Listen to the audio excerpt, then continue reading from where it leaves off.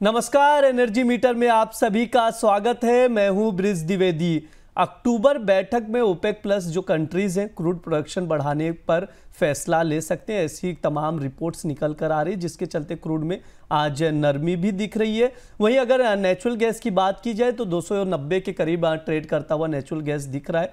थोड़े से upside movement भी दिखे थे, तो देखना यह होगा कि शॉर्ट टर्म में क्या 300 का लेवल भी क्रॉस करता है। ऐसे में कच्चे तेल और नेचुरल गैस में ट्रेडर्स की इंट्राडे के लिहाज से और शॉर्ट टर्म के लिहाज से क्या रणनीति होनी चाहिए, कच्चा तेल खरीदें या बेचें, इस पर बात करने के लिए हमारे साथ जुड़ रहे मोतीलाल ओसवाल, फाइनेंशियल सर्विसेज के एनालिस्ट मानव मोदी जी। सर बहुत बहुत स्वागत है आपका द बोनस में। बहुत बहुत शुक्रिया ब्रिज जी। सर आज के सेशन में हम लोग देख रहे हैं क्रूड में नरमी दिख रही है, कल के सेशन में भी नरमी थी, आज थोड़ी सी प्राइजेस डाउन साइड आए हैं। क्रूड को देखें तो एमसीएक्स पर 5600 के करीब ट्रेड कर रहा है। ब्रेंट क्रूड में भी नीचे कूल ऑफ हुआ है प्राइजेस, डब्ल्यूटीआई क्रूड के भी प्राइजेस कूल ऑफ होते हुए दिखाई दिए। सर शॉर्ट टर्म में कैसे देख रहे हैं क्रूड ऑयल का, और क्रूड ऑयल का रेंज क्या नजर आ रहा है सर अब?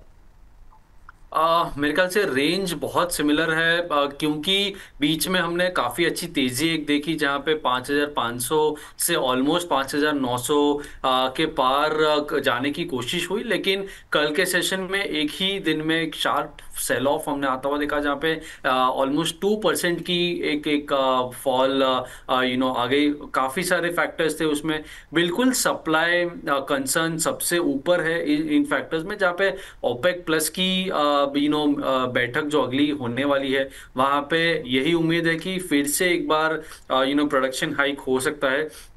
लेकिन इंटरेस्टिंगली आप अगर देखें तो जो अमाउंट है, जो बैरल्स है इंक्रीज का, वो काफ़ी ज़्यादा नहीं है। अगेन जैसे पिछले मीटिंग में हुआ था कि मार्केट एक्सपेक्ट कर रहा था काफ़ी ज़्यादा, लेकिन हुई प्रोडक्शन हाइक काफ़ी कम। इस बार एक्सपेक्टेशन ही काफ़ी कम है कि 1,37,000 बैरल्स पर डे का एक्सपेक्टेशन है। अगर उतनी हो जाती है तो काफ़ी डिस्काउंटेड होगा प्राइसेस में। लेकिन एक और जो फैक्टर है जो मार्केट में प्राइसिंग हो रहा है, जो है इराक की तरफ से जो फिर से सप्लाई शुरू होने की बात हो रही है, जो उनकी जो रीजन की जो सप्लाई है, अगर वो वापस आ जाती है मार्केट में तो वो एक सिग्निफिकेंट सप्लाई बूस्ट हो जाएगा ऑलरेडी ओवर सप्लाइड मार्केट में। तो उसके वजह से प्राइसेस थोड़े प्रेशर में है। मुझे ऐसा लग रहा है कल के सेल ऑफ के बाद थोड़ी शायद बिल्कुल रिलीफ रैली आ सकती है। मुझे ऐसी उम्मीद थी शायद 5900 अगर निकले जो हायर एंड अदर रेंज है तो 6000 6050 जाके वहां से सेलिंग आए, लेकिन एक अर्ली सेल ऑफ हमने देखा है। तो फिर से हमारे रेंज के उसमें आ गया है, जहाँ पे 5500 5050 नीचे में और 5800 ऊपर में एक एक रेंज है। इसी रेंज में फिर से एक बार आ गए तो शायद रिलीफ रैली आ सकती है ऊपर में, लेकिन वहां से बेच के ही काम करना चाहिए। जी बिल्कुल, बेचकर ही काम करना चाहिए। एक रेंज में क्रूड के प्राइजेस अभी भी ट्रेड होते हुए दिखाई दे सकते हैं। सर क्या कोई ट्रेडिंग कॉल निकल कर आ रहा है यहाँ पर क्रूड ऑयल में? जी, अगर अक्टूबर कॉन्ट्रैक्ट की बात करें तो जैसे मैंने कहा lower end of the range पे वापस आया है, तो शायद थोड़ी रिलीफ रैली आ सकती है। लेकिन 5670 5680 के आसपास अगर आता है तो वहां से सेल करके चल सकते हैं। 5750 5560 का टारगेट और 5750 का स्टॉप लॉस। माफ जी कीजिएगा, वो बिल्कुल। मेरी तरफ से थोड़ा ये हो गया। जी कोई नहीं, मैं दर्शकों के लिए रिपीट कर दे रहा हूँ। क्रूड ऑयल में अक्टूबर वायदे में बेचकर चलना है, 5680 पर बेचना है। टारगेट जो रहेगा 5750 का यहाँ पर, माफ़ कीजिए, बेचना है, डाउन साइड आएगा। स्टॉप लॉस 5560 का लगाने की सलाह दी जा रही, तो आप इसको ध्यान में रखते हुए सर बेचने के सजेशन से ना, बेचने के सजेशन जी। एक बार ट्रेडिंग कॉल रिपीट कर देंगे। 5680 पे सेल करने हैं, 5750 का स्टॉप लॉस रहेगा और 5560 का टारगेट रहेगा। ठीक है, यहाँ पर 5680 पर बेचना है, 5750 का स्टॉप लॉस रहेगा, जो टारगेट रहेगा 5560 का रखने की सलाह दी जा रही है। सर एक चीज़ और आपसे समझना चाहेंगे, यूएस में शटडाउन की भी खबरें आ रही हैं सर, उसके वजह से क्रूड ऑयल के प्राइसेस में कितना इम्पैक्ट पड़ता हुआ दिखाई दे सकता है? जी बिल्कुल, ये देखिए वैसे तो बहुत बड़ी खबर है कि डेट सीलिंग जो उनका हिट हुआ है, हेल्थ केयर और बाकी सेगमेंट्स में जो उनकी बोरिंग लिमिट हिट हुई है, वहाँ पे अर्जेंट नीड है, अर्जेंट पार्लियामेंट डिसीजंस है। लेकिन आप एक और चीज पे मैं आपका ध्यान देना चाहूंगा कि ये जो डेट सीलिंग लिमिट हिट हुई है वो काफी समय बाद नहीं हो रही है। हमने 1-1.5 साल पहले भी ये लिमिट हिट की थी, जब यूएस का जो डेट था ओवरऑल $34 ट्रिलियन के आसपास था। वहां पे डेट सीलिंग बढ़ाई गई थी। अब हम $36 ट्रिलियन के आसपास का डेट है 2 साल में।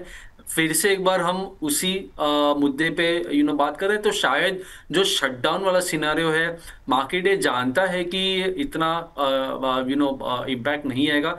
लेकिन अगर सिनेरियो एनालिसिस करना है, अगर शटडाउन आता है तो इंडस्ट्रियल मेटल्स और एनर्जी दोनों पे ही एक हमें सेलिंग दिख सकती है, जिसका डेडलाइन कल है। तो कल इसकी शायद क्लैरिटी आ जाएगी 1 अक्टूबर। अगर शटडाउन के बारे में डिस्कशन होता है तो बिल्कुल हम सेल ऑफ इंक्रीज होता हुआ देख सकते हैं क्रूड में, एनर्जी पैक में। अगर नहीं होता है तो थोड़ी बहुत एक एक नॉन इवेंट जैसा कंसिडर हो जाएगा। जी बिल्कुल सर, एक आखिरी व्यू लेना चाहूंगा। नेचुरल गैस पर 290 के करीब ट्रेड कर रहा है, काफी ज्यादा वोलेटिलिटी भी देखी हमने नेचुरल गैस में। सर क्या राय रखते हैं इसको लेकर आप? नेचुरल गैस में बिल्कुल जैसे हम इन्वेंट्री की बात करें तो मेरे ख्याल से ये पूरे महीने की अगर बात करें तो 2 हफ्ते 3 हफ्ते ऐसे रहे जहाँ पे इन्वेंट्री काफी बढ़ के आई है, तो एक नेगेटिव स्टांस रहा है। लेकिन पिछले हफ्ते की इन्वेंट्री में थोड़ी बहुत हमने एक सपोर्टिव फैक्टर देखा है नेचुरल गैस में। कल से और परसों से एक थोड़ी रिकवरी भी अच्छी आई है।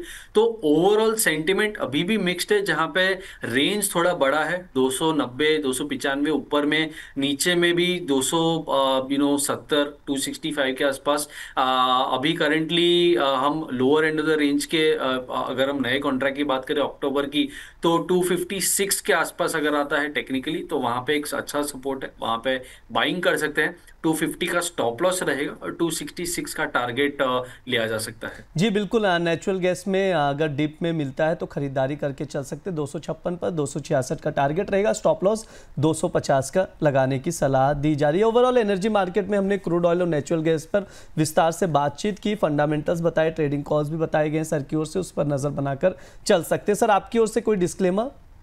जी बिल्कुल, जो भी हम बात कर रहे हैं वो स्टॉप लॉस लगा के ही काम कीजिए। मेरी कोई पर्सनल इन्वेस्टमेंट नहीं है, क्लाइंट की हो सकती है, और फाइनेंशियल एडवाइजर्स की सलाह लेके ही निवेश कीजिए। जी सर, फाइनेंशियल एडवाइजर की सलाह लें, स्टॉप लॉस जरूर लगाए। बहुत बहुत शुक्रिया सर आज की चर्चा में जुड़ने के लिए।